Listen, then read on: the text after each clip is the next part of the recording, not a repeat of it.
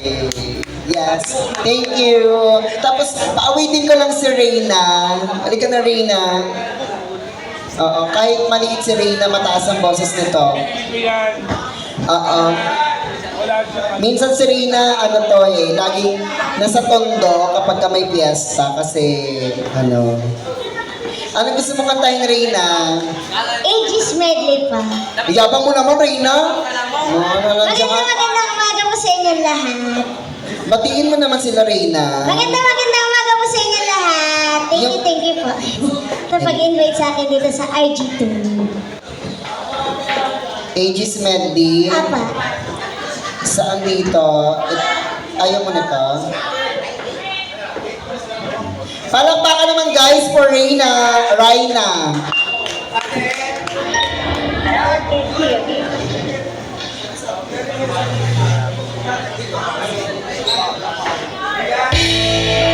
Once again on stage, Reyna!